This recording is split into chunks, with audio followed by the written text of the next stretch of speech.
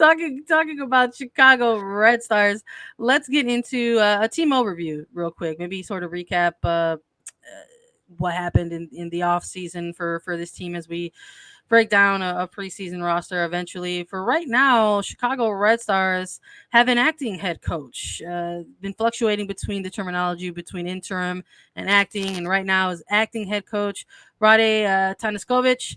He's been with the team for 3 seasons as a goalkeeper coach, but he stepped in as acting head coach during the offseason, really. Had to navigate the team through some events, whether it was like a expansion draft that they ended up trading themselves out of, and then an eventual 2021 NWSL draft.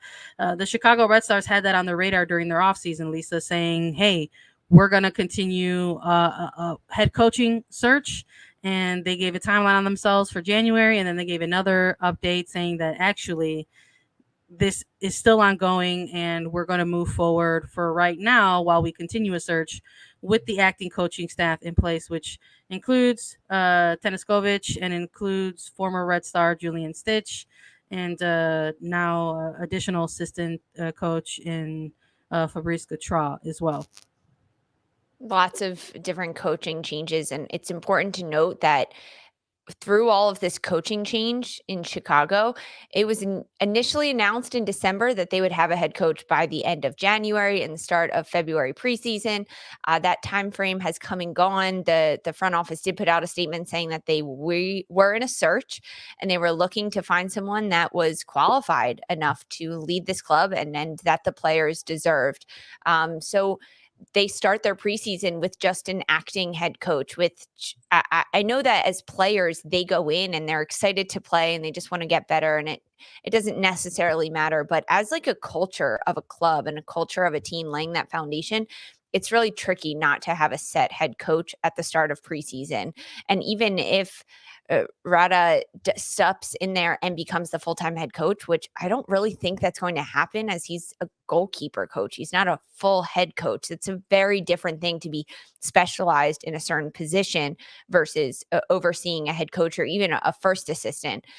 So that changes the mindset a little bit, and the tone and the vibe of the club and trainings and preseason, almost a bit like disorganized. And I know they have a lot going on, but really that's how it seems as an outsider looking in, and that perspective that there's a lot of turmoil happening there and no one is really saying, okay, I'm going to step in and I'm going to take control and take charge of this situation.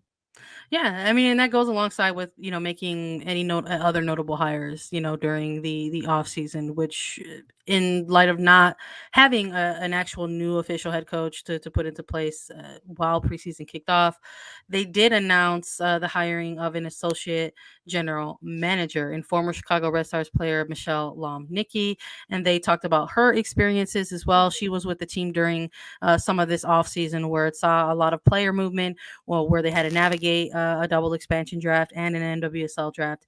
And this is really the first of its kind type of position for this team. Before in the past, the role of a full general manager was kind of a dual title alongside the head coaching title. And for a long time, the decade that Chicago Red Stars have been in existence in NWSL, those responsibilities typically fell on the former head coach in Rory Dames as GM and coach of the club. So sort of having an additional component to go along with the front office, with the administrative level that's in place right now with this coaching staff, to sort of have another outlet and a former player at that to sort of be able to help be this almost kind of buffer, right, between these deals or for the players who are currently in place as the team tries to really move forward, because this is a club who in their off season, Lisa, let's be frank, we've had to come on this show and talk about a lot of negative headlines around this club. Yes, we have. And sticking with on the pitch, I mean, you have to look at how they did in 2021. They were runners up in the NWSL championship. They lost to Washington Spirit in that final championship game, but they finished the regular season 4th. So solidifying their spot in the playoffs as it was an expanded playoff system this year in 2021 for the first time, 6 teams making it, and Chicago solidifying that for what almost the 7th postseason in a row for Chicago. So they have that winning mentality, and they have that culture there that they get to the playoffs and they make it as far as they can. And honestly, dagger in the heart that they haven't won a championship yet, because they have had a lot of postseason success making it into the playoffs. But I think adding former players into the front office and kind of shifting around some of the responsibilities will help even things out on the pitch, as it's a trickle down effect, but it's not going to happen overnight. So 2021, they finished the regular season fourth, made it all the way to the NWSL championship before falling to Washington Spirit. And then in our way, way too early power rankings that we did in December, right at the end of the 2021 season, we put Chicago finishing number 8. So out of playoff contention. This was before a lot of moves were made. I think we did this maybe knowing that 1 or 2 moves had already been happened. And at this point, former head coach Rory Dames had resigned. So we gave them a number 8. We'll see if that holds for 2022 as we really dive deeper into all of the changes that Chicago made in the offseason. We got to talk about maybe their transfer window, right? In light of a double expansion draft, in terms of breakout roster signings for this team, there is not a lot that they can hang their hat on in terms of what was arguably the most active offseason in NWSL history. So for Chicago, based on their offseason, they're going to see a lot of new faces, right? In terms of acquisitions, and in terms of an acquisition that didn't come via the draft, their only player acquisition they can point to is in a former player that requested to come back to the Chicago Red Stars, and forward Yuki Nagasato, the Japanese international, For personal returning. reasons too. Yeah, For personal returning reasons, she wanted to returning come for back to personal Chicago. reasons. Yeah, let's acknowledge that, the celebration of an engagement, Yes. right? So But it wasn't because she wanted to necessarily be with the Chicago Red Stars. It was like, I'm starting a life. I'm engaged. I want to be where my fiance is and my family is in Chicago. It's yeah. just important to have all the details, Sandra. I mean, that's important to bring up when we're looking at how or the lack how there's a lack of player acquisition for this team in this off season. So Nagasato, a former Red Star player who had spent time with the club since 2017, since she was a player that they acquired then, right, in terms of an international signing, and then departing a little bit to Racing Louisville FC for their inaugural season, and now coming back to the Red Stars. So not a lot there in terms of what we're looking at, what could be their biggest off-season acquisition or their biggest roster signing in the offseason heading into 2022. They've got a number of draft picks that will kind of be in the mix, whether it's Brianna Alger, Haley Van Fossen, Channing Foster, Jill Aguilera, kind of stemming from the 2021 draft. Ava Cook, Samantha Fisher, Sarah Griffin, Kayla McCann, Jada Hilton Pelea coming in from the 2022 draft. So a lot more new faces, right? When we're looking at off-season additions versus maybe experienced players or other international players.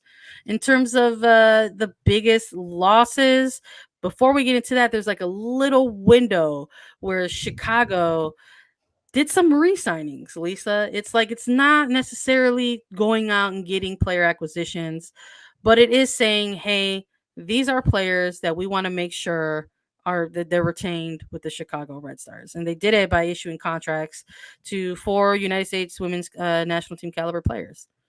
They did. It's not necessarily that they got them, but they're keeping them for a little bit longer. So I guess congratulations. And it's congrats to these players and for everything they've done. Defender Tierna Davidson, defender Casey Kruger, goalkeeper Alyssa Nair, forward Mallory Pugh. They all signed multi-year contracts to stay in Chicago, stay with the Red Stars, and continue playing.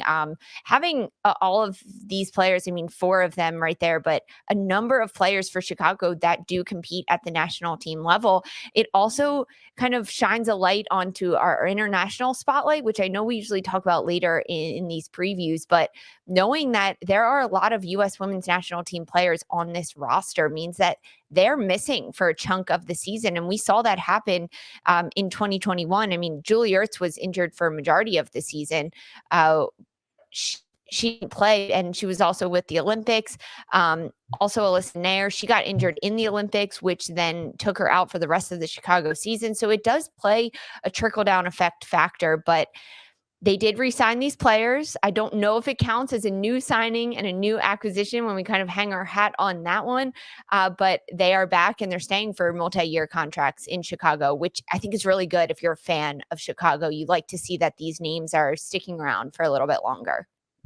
Silver linings, I guess, before we get into probably their biggest losses, right? Which has sort of felt like something that we were keeping track of more actively than perhaps biggest additions. In terms of the biggest losses for this team over the course of the offseason, they said farewell to defender Sarah Gorden at Angel City, along with Julie Ertz as well. Nikki Stanton was sent off in a trade to OO Reign, and then players Mackenzie Doniak, Kelsey Turnbow, and 2021 draft pick Kelsey Turnbow and Katie Johnson were sent to San Diego Wave as well. So we're talking a number of players here, from players who have been with the team for X amount of years, right? It varies. Some players with the team since 2014, 2016, to what was considered really, Lisa, perhaps a future piece, right? For Chicago, but some big losses here for you. Who stands out the most in terms of the biggest losses for Chicago this offseason? These are a lot of losses. I mean, as you mentioned earlier, I don't think Chicago won this offseason by any means. They did not gain a lot of players. They re-signed some of their consistent ones, but they also lost really, really big pieces in their playing style. I mean, a lot of people, I think, when you glance at this, will make a huge argument for Julie Ertz, even Sarah Gorden, but for me, when I look at this list of players lost, forward Katie Johnson heading to San Diego Wave is the biggest one for Chicago. She wasn't always a starter. She wasn't getting on the stat sheet every single game. She wasn't scoring the most goals for this team, but Katie Johnson was a very consistent player in the front line for Chicago. She was almost that role player. So if they needed her to come in off the bench and add that spark at a different dimension, she could also really complement the play of Mallory Pugh up top, Kalia Watt up top, and just complement them, whether it was playing on the left side, playing on the right side, playing that center striker, and just doing as a role player, she played her role very, very well. And when you look at Chicago's roster, especially in 2021, they didn't have a lot of depth at their forward position. Or rather, if they did on the roster, they didn't have a lot of experienced depth and depth that you could put on the field, start them, and they would make an impact. And Katie Johnson was an impact player in any role that she played. She would contribute. She would hold her own. She was a consistent player. She stayed relatively healthy throughout the season, which is a huge factor. So no, she's maybe not the biggest loss that would step out to a lot of people right off the bat when they read this list. But for me, looking at the ups and downs of a team throughout the entirety of a really long season, Katie Johnson is a depth role player that will be a huge, huge loss for Chicago in 2022. Now, Sandra, for you, is there what stands out to you in these losses? Because there were a lot of losses for Chicago.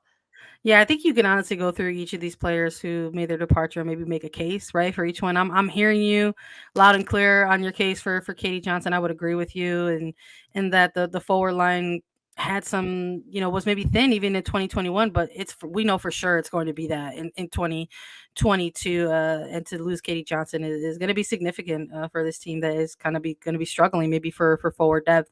But I'm going to be going on the defensive line of things here for Sarah Gorden to Angel City.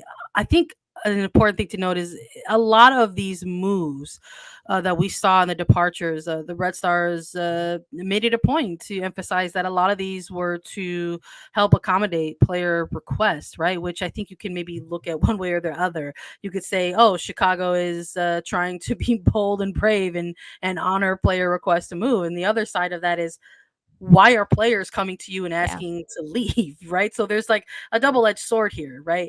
Especially when you're looking like me at the defensive line of things in somebody like Sarah Gorden to Angel City. While yes, there's a number of defenders onto the Chicago Red Stars teams who could probably slot in and have add the depth that a player like Gorden will leave behind in terms of a whole. that's not necessarily true when we're looking at things kind of holistically. And that's how I'm looking at things. When we're looking at this offseason that this team had, which they had a ton of, negative, headlines around the team in regards to their former head coach, when the almost looks like flood of the flooding through the gates for players leaving, asking for, requests to leave the teams and, citing different reasons.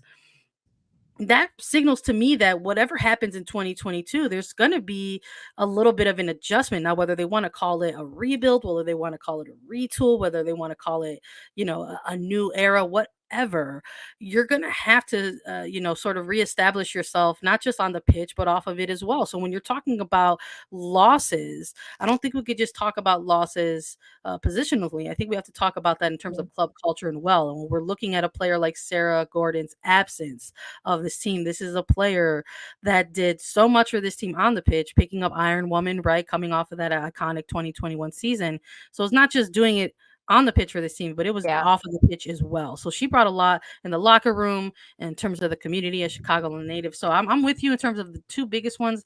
A lot of people might say a Julie Ertz, right? In a big heavyweight player like that, or maybe even a future piece in Turnbow. But I'm with you in terms of NWSL experience for Katie Johnson and on and off the pitch experience for Sarah Gorden for this team.